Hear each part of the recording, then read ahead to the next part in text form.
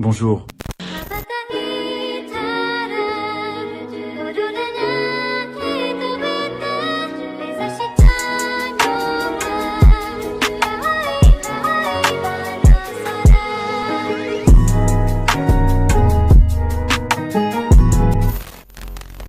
On n'allait pas rater le top album de l'année quand même. Wesh l'équipe, comment ça va? Aujourd'hui, nouvelle vidéo, ma foi assez spéciale. C'est le rituel que je fais depuis 3 ans maintenant. C'est le top album de l'année 2021 du rap français. Durant toute l'année, j'ai bouffé, j'ai dégusté du rap. Et il y a beaucoup de surprises par rapport à l'année dernière. Il y en a que j'ai kiffé, il y en a que j'ai surkiffé, il y en a que j'ai pas du tout apprécié, il y en a qui m'ont dégoûté. Et cette fois, je vais pas parler directement du top album de l'année 2020. Cette fois, je vais faire un truc un peu différent. Je vais faire une sorte de tier list. Une tier list, c'est-à-dire que j'ai créé 5 catégories différentes, donc de la moins bien jusqu'à la meilleure. La première catégorie, c'est la catégorie poubelle. C'est tous les albums qui sont juste éclatés au sol, que j'ai détestés, qui sont vraiment nuls à chier, dont j'ai même plus envie d'en entendre parler tellement ils m'ont dégoûté. Deuxième catégorie, c'est la catégorie passable, donc c'est-à-dire les albums qui passent, qui sont assez bien, que j'ai à peu près apprécié, où il y a quelques sons qui m'ont fait surkiffer, mais qui m'ont un petit peu déçu, et voire même qui sont à la limite de la poubelle. Ensuite, il y a la catégorie des outsiders, c'est les albums qui sont en dehors du top, qui étaient vraiment à ça d'apparaître dans le top. Soit c'est par faute de place, parce qu'il n'y a que 10 places dans le top, comme vous le savez, soit c'est parce qu'il manquait un petit truc pour qu'il soit au-dessus de certains albums. Mais globalement, c'est des albums que j'ai beaucoup appréciés, qui auraient mérité d'être dans le top. Après, il y a une catégorie qui est un peu à part, que j'ai voulu mettre, c'est les 5 pépites de l'année. C'est 5 albums de 5 rappeurs que je n'ai jamais écoutés auparavant, qui sont vraiment de très très bons albums, mais que je n'ai pas envie de mettre dans les autres places parce que j'ai vraiment envie de les compresser ensemble pour dire vraiment que c'est des pépites et que je sais qu'ils vont percer plus tard. Et dernière catégorie, bon vous la connaissez, c'est celle que vous attendez tous, c'est les 10 albums, les 10 piliers de cette année, dans laquelle je vais plus développer les albums et mes appréciations, et c'est tout simplement les 10 meilleurs albums de l'année, tout simplement. Bref, j'ai assez parlé, on va attaquer ce top album de l'année 2021.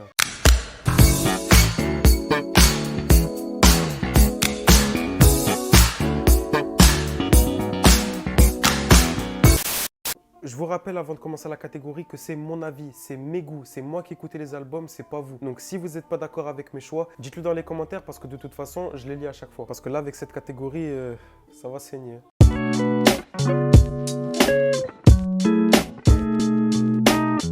Alors là, je vais me lâcher parce que c'est vraiment des albums qui m'ont déçu, voire même qui m'ont bousillé les oreilles. Et je me suis forcé à tout écouter. Je peux même pas appeler ça des albums de rap tellement ils étaient mauvais, tellement ils étaient nuls à chier pour vous dire. Mais écoutez, c'est comme ça et j'espère que les rappeurs vont se ressaisir et nous pondre des chefs-d'œuvre parce qu'ils ont vraiment le potentiel pour vous dire. Dans quoi je me lance? Alors, je parle bien entendu de 21 de La Fouine, Grand Monsieur de Rof, Rimes Essentielles de IAM. Rien que d'évoquer IAM dans la catégorie poubelle, ça me fait mal au cœur. Légende de 47 Terres, 2 albums dont j'ai oublié le nom tellement je m'en battais les couilles de leur album. Celui de Alrima et celui de Gims, qui sont vraiment les plus gros foutages de gueule de cette année. Et je vais vous évoquer là les 2 albums que je considère comme les pires albums de cette année. Alpha de Black M, et désolé pour les grands fans, mais j'ai pas du tout kiffé Best Life de Naps. Là, j'ai pas à m'excuser, c'est vraiment pour moi le pire album de l'année. Même s'il a percé, même s'il nous pond des sons d'été, c'est du gros foutage de gueule cet album. Alors qu'il a le potentiel de faire des trucs ouf, c'est ça le pire. Et aussi, à partir du moment où il nous sort un son comme ça...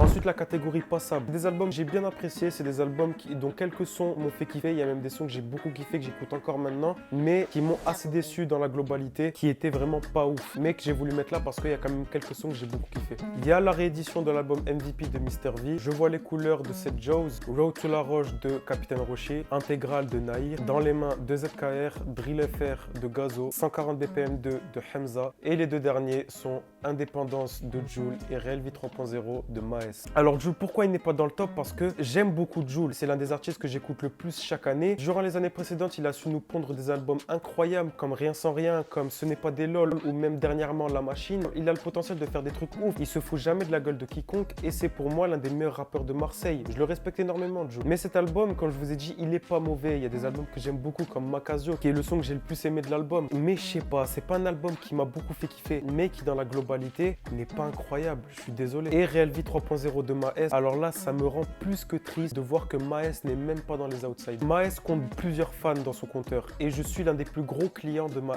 J'avais vraiment surkiffé son album Les Derniers Salopards. C'est pour vous dire, c'est l'un de mes albums préférés. Et cet album, c'était celui que j'attendais le plus cette année. Et là, mes attentes ont été mises en vain parce que cet album était pour moi la plus grosse déception de cette année. Ça reste quand même un bon album. Il y a des sons que j'ai beaucoup kiffé, mais il n'est pas sorti de sa zone de confort. Il n'a pas pondu des sons incroyables alors qu'il a le potentiel de faire des hits de fou, Maes.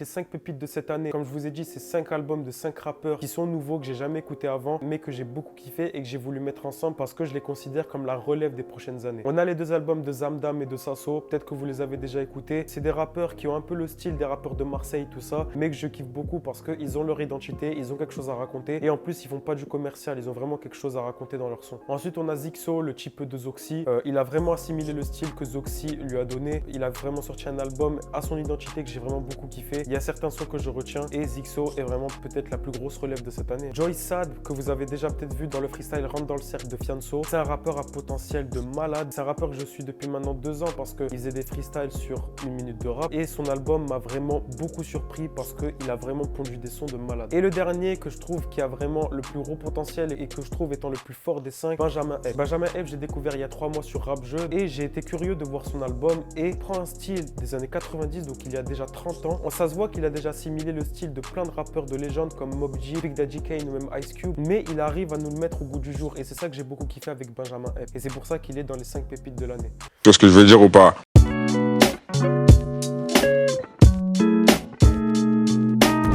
Enfin, avant d'attaquer le top en question, voici 12 albums que je considère comme étant les outsiders de cette année. Et vous allez voir, il y a des grosses surprises. Il y a 3 albums de 3 grands artistes du moment qui font partie de mes rappeurs préférés, qui cette année ont pondu des albums très bons, mais pas très bons pour être dans le top. Il y a Mansa de MHD, la réédition de Stamina de Ginos ou GMNR de Lefa. Ensuite, 3 albums qui étaient vraiment très bons, qui avaient vraiment le potentiel d'être dans le top, mais par faute de place, ils n'y sont pas. Comme Jaja et Ginaz avec leur album Spleen, Vrai de Dausi ou Étoile Noire de Louvresval. Et aussi une grande surprise parce que Louvresval est un rappeur que j'apprécie pas beaucoup à l'époque, mais qui là m'a vraiment beaucoup surpris avec son album Étoile Noire. Et ensuite, là il reste 6 albums. Calf Infinity de Damso. Je suis désolé, mais Damso m'a vraiment pas surpris par rapport à l'année dernière. Je vous avais dit que l'année dernière, Calf avait vraiment été une grosse déception par rapport à ses anciens albums, par rapport à Ipséité, qui est pour moi le plus gros chef-d'œuvre de Damso. Et je pensais qu'avec Calf Infinity de cette année, il allait vraiment me surprendre et se corriger par rapport à l'année dernière, mais il y a vraiment rien à en tirer. Ça reste un bon album, mais il m'a pas beaucoup fait kiffer. Ultra de Booba. Booba, durant plusieurs années, ça a été une grosse déception parce qu'il pondait vraiment des sons commerciaux, des sons dansants, voire même des sons très autotunés. Mais là, j'ai vu qu'il s'est vraiment relevé. Il a vraiment sorti un album à l'image des anciens albums qu'il a sortis comme Temps Mort, comme Trône ou même Duke. Et j'ai vraiment été surprise, sachant que Booba, il l'a depuis 20 piges maintenant. Donc, je trouve ça juste incroyable. Niska avec Le Monde des Méchants. Niska est l'un des rappeurs que j'apprécie beaucoup. Franchement, en 2019, c'était même mon rappeur préféré. Il avait sorti Monsieur Sale, que je considérais comme l'un des meilleurs albums de 2019, et Commando, que je considère comme le meilleur album de la discographie de Niska. J'attendais vraiment Le Monde des Méchants. Il m'a vraiment surpris. Il y a des sons que j'ai kiffé. Il y a des feats que j'ai beaucoup kiffé, comme ça avec Chacola, celui avec Maes. Ça reste un très bon album. Ça reste un album qui m'a beaucoup surpris. Ensuite, il y a Nokrari de Oh Boy. C'est l'album qui avait le plus le potentiel d'être dans le top parce que c'est un album que j'ai vraiment beaucoup kiffé. Oh Boy reste l'un de mes artistes préférés de l'année. C'est un album de fou, mais par faute de place, il n'y est pas. Il y a beaucoup de sons que j'ai kiffé, comme Cruel, comme Yves Saint Laurent ou même To Do Bam, qui est le meilleur son de l'album. Mais je suis désolé, Oh Boy ne figurera pas dans le top. Et en dernier, je suis désolé qu'il ne soit pas dans le top parce que c'est vraiment des artistes de fou malade. Il n'y aura pas dans le top Julius 2 de SCH et Réfé de Nino. SCH est l'un des rappeurs que j'écoute le plus. C'est pour moi le meilleur rappeur de Marseille du moment. Il nous a pondu des chefs-d'œuvre comme Rooftop, comme Julius, qui est juste excellent, ou encore A7, qui est l'un des albums les plus importants de la dernière décennie. SCH est un rappeur que j'ai respecté beaucoup, que je respecte encore d'ailleurs, mais j'attendais avec impatience Julius 2. Il est dans les outsiders, ça veut dire que ça a été un très bon album. Il y a des sons que j'ai beaucoup kiffé. Le feat avec Frisk Corleone est juste excellent. Le son avec Jul reste assez bon. Il y a des sons solo comme Corrida que j'ai beaucoup kiffé, mais après ça, il n'y a rien à en tirer. Parce que ça reste à l'image de Trésor ou même à l'image du classique organisé, des sons très commerciaux et des sons qui servent juste à attirer le public. Alors que SCH nous a fait comprendre il y a quelques années que lui il cherchait juste à faire transcrire son personnage. Et j'ai vraiment été beaucoup déçu par Julius 2 de SCH et c'est vraiment triste. Et concernant Nino... Salut, c'est Nino. Vraiment, pendant longtemps, je vous ai dit que c'était mon deuxième rappeur préféré, mais je suis désolé, Ninho m'a beaucoup déçu. Ça reste un très bon album, beaucoup de sons que j'ai kiffé, comme Vérité, comme Aïcha, comme Yves Saint Laurent, ou même comme Réfé, que je considère comme étant le meilleur son de l'album, mais ça reste du Ninho basique. C'est du Ninho que j'avais l'habitude d'écouter il y a 4 ans, mais il m'a pas beaucoup surpris et il m'a pas transcendé, il m'a pas fait surkiffer comme je l'ai été par rapport à Destin, que je considère comme le plus gros chef-d'œuvre de Ninho. Ninho est un rappeur que je respecte beaucoup, mais cet album a été une petite déception, je suis désolé. Après, c'est pas un mauvais album, comme je vous l'ai dit. Ça reste quand même un succès commercial, il a fait des millions de ventes, mais il est pas dans le top. Bref, on a assez parlé des outsiders. Maintenant, place au top 10, aux 10 piliers de cette année. Wow, t'as mis ces swing, j'dors. C'est pas un dream boy. J'ai le cric bas.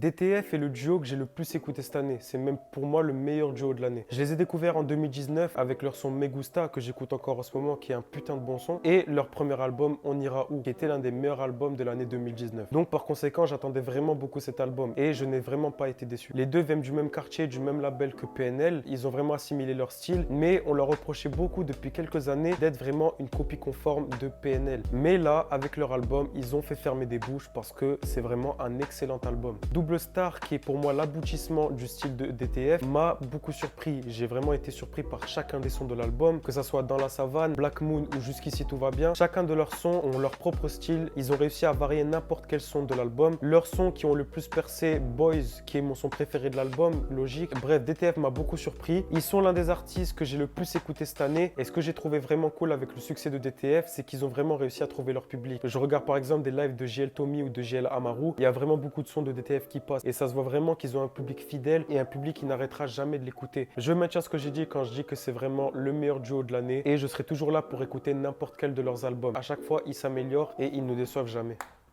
Je valide avec une double validation de confirmation affirmativement logique. Ouais, dépense cette monnaie en négro, la vie qu'on mène. Putain de phénomène, fumée nocif dans le Porsche Cayenne. Plein temps, ok, 100 millions, je vais jamais rentrer. Green Montana, grosse surprise de cette année. Je l'avais découvert il y a quelques mois avec quelques freestyles, même avec le feat avec Booba, qui m'a vraiment beaucoup surpris. Mais je me disais que Green Montana, ça allait être un rappeur que je n'allais vraiment pas écouter. Et on m'a dit d'écouter Melancholia 999. Grosse claque. Green Montana a vraiment un style à lui, il a vraiment su trouver son public et je trouve son album juste excellent. Il a sorti des sons solo comme un aimant ou California, où le style des deux prods sont vraiment excellentes, et il y a aussi le feat avec SDM évidemment, que je trouve vraiment juste incroyable, que je vous invite vraiment à aller écouter. Bref, Green Montana, très bon rappeur, son album est juste excellent et j'espère qu'il va vraiment développer son style pour nous pondre des albums encore meilleurs que celui-là. Laisse-moi claquer toutes ces doses jour et nuit. Tout ça dure qu'un temps, donc j'irai loin d'ici. La monnaie cachée, tout ce que j'apprécie. Encore une fois, une grosse surprise, mais je pense que c'est la même pour tout le monde. Coco Jojo de Guy de Besbar, juste incroyable. J'ai connu principalement Guy de Besbar grâce à des trends sur TikTok où il avait vraiment pondu des sons qui sonnaient assez bien. Mais je me disais que c'est un rappeur assez commercial à l'image de Boleman ou à l'image de Kobalade que j'allais vraiment pas beaucoup kiffer. Et là, il nous a sorti Coco Jojo et j'ai juste fermé ma gueule. Je pèse mes mots quand je dis que Guy de Besbar est le rappeur que j'ai le plus écouté ces derniers mois. Il était juste excellent, il est vraiment très fort en scène. Son personnage de quelqu'un qui est assez fou dans sa tête et qui nous vraiment des bangers de malade et juste incroyable. Il nous a pondu des sons incroyables comme Ça va commencer ici, Fenji Love ou même Lala qui sont vraiment de très bonnes trappes. Il s'est vraiment essayé à beaucoup de styles comme le style un peu reggaeton ou même le style un peu drill. Et son meilleur son que je vous invite vraiment à écouter, qui est à la qualité des sons américains du moment, Jour et Nuit, qui est un son juste excellent. Je vous invite vraiment à aller écouter Jour et Nuit. Bref, Guy de Besbar, grosse surprise et mérite amplement sa place dans ce top. J'pull up et j'fais ma money, yeah, yeah, yeah. J'pull up et j'fais ma money, yeah, yeah, yeah. Nouveau logement pour toute la famille cet été.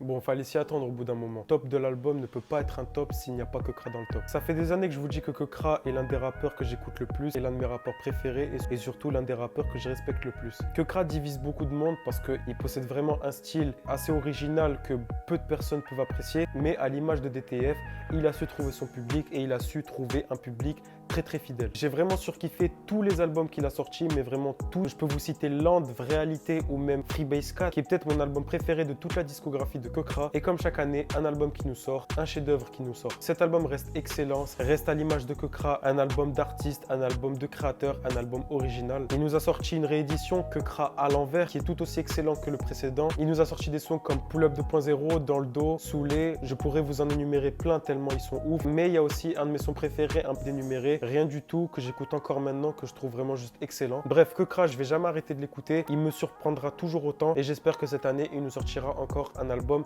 incroyable. Si dehors le temps est moche, emmenez-moi là-bas où il fait beau. Celle qui donne des conseils, c'est pas la noche. La noche, je suis dehors.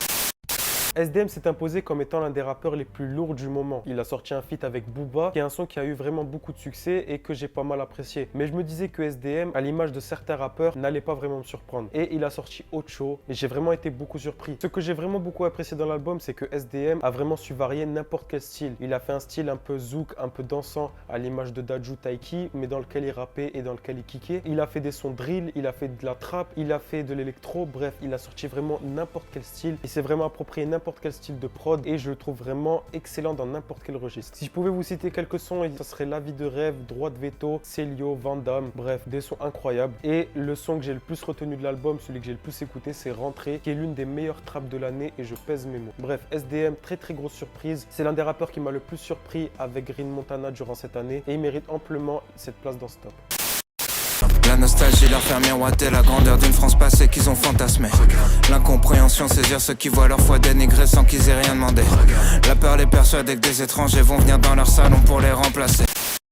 Quand je vous parlais de rappeurs qui restaient dans le temps et qui continuaient toujours à nous sortir des bangers, je classe dans cette catégorie Orelsan. Ce rappeur est là depuis presque 15 ans et il nous a jamais déçus. Tous ses albums ont été ouf. Perdu d'avance, Le chant des sirènes ou même La fête est finie qui est pour moi le plus gros chef-d'œuvre de Orelsan. 4 ans se sont écoulés entre ces deux albums. Tout le monde pensait qu'il avait chuté, qu'il n'allait pas revenir. Mais après un feat avec Nino, après un feat avec Kerry James, il a sorti son album Civilisation et tout le monde a été conquis, tout le monde a été d'accord. Orelsan est aussi l'un de mes rappeurs préférés et je sais que beaucoup de gens n'aiment pas du tout son style parce que c'est un style un peu conscient et c'est un style de kicker, de technicien qui ne plaît pas vraiment à tout le monde. À l'image de Nekfeu qui est mon rappeur préféré, qui ne plaît pas vraiment aux gens qui écoutent du Naps. Elle fume la chicha calotte.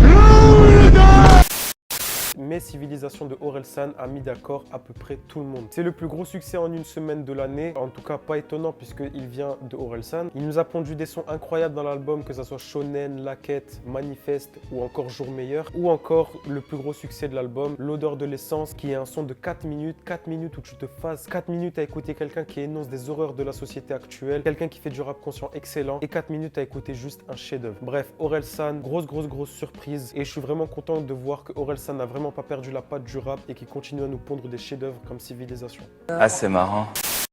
J'ai grand guerrier, je finirai peut-être au Valhalla. Black chichi, j'aime pas le caviar, je préfère le tarama. Je fais des concerts au Star, je fais des concerts au Canada. Je fais kiffer ton grand frère, je fais kiffer ta nana.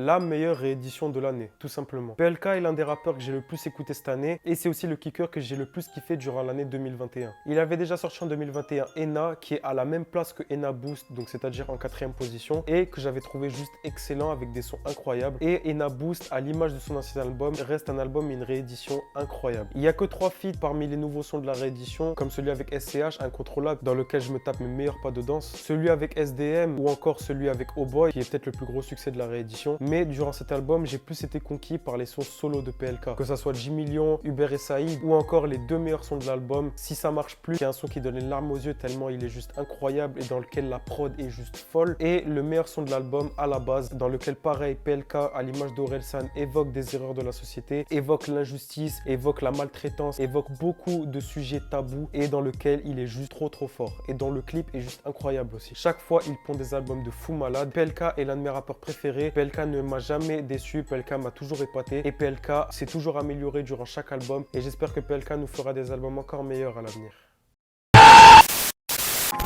Nouveau jury, ancien mauvais payeur, pas de frayeur, mais ils savent que je suis le meilleur. Je parle avec une voix intérieure, le temps y passe, ancien simple, nouveau player. Si j'arrive, je fais un dawa, je m'emmerde la loi, je suis un jeune à la Pokawa. Alors, avant de faire cette vidéo, j'allais faire une erreur monumentale qui était de ne pas écouter le dernier album de La Fève. Je partais avec quelques a priori, je me disais que l'album n'allait pas être fou, et là j'ai écouté le dernier album de La Fève. C'est ma plus grosse surprise de l'année. Tellement une grosse surprise qui figure dans le top 3 pour vous dire. J'ai vraiment beaucoup kiffé l'album, il aurait pu figurer dans les pépites, mais tellement l'album était excellent, il ne pouvait pas ne pas figurer dans le top. Je considère La Fève comme étant la plus grosse pépite et celui ayant le plus gros potentiel de cette nouvelle génération. C'est un rappeur excellent que je vous invite vraiment à écouter. Il nous a vraiment fait découvrir son personnage et il a vraiment fait kiffer n'importe quelle personne ayant écouté les sons. Chaque personne que je connais ayant écouté l'album ont été conquis par La Fève. Il est sorti de nulle part, il nous a sorti des sons de fou comme Soulé ou Bellec par exemple, qui sont vraiment des traps incroyables. Il s'est essayé aussi un petit peu à la drill et il reste aussi excellent dans ce registre. Mais il a aussi pondu un son qui a vraiment percé dans les réseaux sociaux, Mauvais Payeur. C'est un son de fou malade, il évoque juste son personnage de quelqu'un qui a juste envie de vivre une vie normalement. Il évoque aussi son personnage de quelqu'un banal, quelqu'un qui en a rien à foutre du reste et qui veut juste rapper. Il reste quand même excellent, c'est la plus grosse pépite de cette année. Allez tous écouter cet album parce que vous ratez vraiment quelque chose. Andy me fit them. Gros, je suis loin de Gandhi que des bandits dans le son de système. Si toi tu nous as menti, ça sera pas joli pour ceux qui t'aiment. Gros, chez nous y a pas de week-end. Bon, je pense que vous vous en doutez, mais Akimbo de Ziak, excellent album. Je me rappelle, j'étais à la salle de sport, je me disais, allez, je vais m'écouter un petit album, je vais écouter celui de Ziak. Et durant toute la séance de la salle de sport, je n'arrêtais pas de sourire et j'arrêtais pas d'être en high. Je faisais même mes exercices à fond tellement j'étais à fond dans la musique. Et c'est déshabillé sec, tout step, bébé veut son chèque. Le gars s'est imposé comme étant la relève de la drill, comme étant en quelque sorte le rival de Freeze Corleone. Ziak nous a vraiment surpris avec son personnage. Je savais pas que quelqu'un avec un chiffon sur la tête allait séduire toutes les meufs du monde, mais bon. Putain, ça c'est un vrai couteau! Pourquoi pas? Et après nous avoir sorti des sons incroyables comme SPS, Fixette ou Galerie, je savais que son album allait être juste excellent. Beaucoup de sons m'ont fait kiffer comme Rome et Machette, Akimbo ou Vrai ou Faux. Des sons drill juste incroyables, qui sont un peu des mélanges entre la trap et de la drill. Bref, des sons juste excellents. Mais le son que j'ai le plus kiffé durant cet album, dans lequel Ziak est juste excellent, c'est Shonen. C'est le son que j'ai le plus écouté de l'album, c'est peut-être le plus gros succès de l'album, mais c'est aussi le son où Ziak a le mieux écrit, dans lequel Ziak est le meilleur pour moi. Il y a aussi Akimbo que je trouve aussi très excellent. Mais bref, Ziak m'a vraiment beaucoup surpris. Si vous l'avez encore pas écouté, allez le faire, mais qu'est-ce que vous attendez, sérieux? Bref, Akimbo de Ziak, excellent album.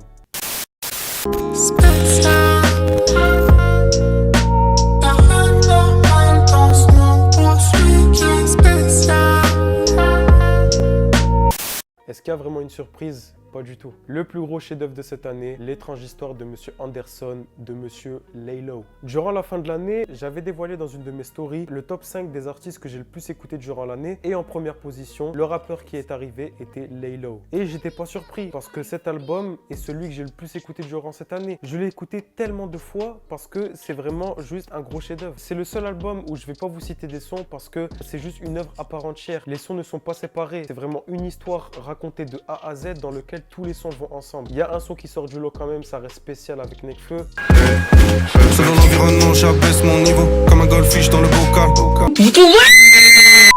Le feat avec Damso, le feat avec Alpha One, le feat avec Hamza, que des feats de fou. Dans chaque son, l'album nous amène quelque part. Certains personnages sont juste incroyables, comme le personnage que Laylo rencontre durant un supermarché, qui est d'ailleurs celui qui joue le réanimateur à la fin du son spécial de Nekfeu. Mais ce que j'ai beaucoup kiffé, c'est que ça a été créé à la même image qu'un film. C'est-à-dire une histoire racontée dans laquelle on a mis des acteurs, surtout avec la voix iconique et incroyable de Marie-Christine Dara, celle qui double la voix de Viola Davis ou même de Whoopi Goldberg, des actrices juste excellentes. Ou alors la voix de Rem dans Death Note. Ne répète ce grand secret à personne.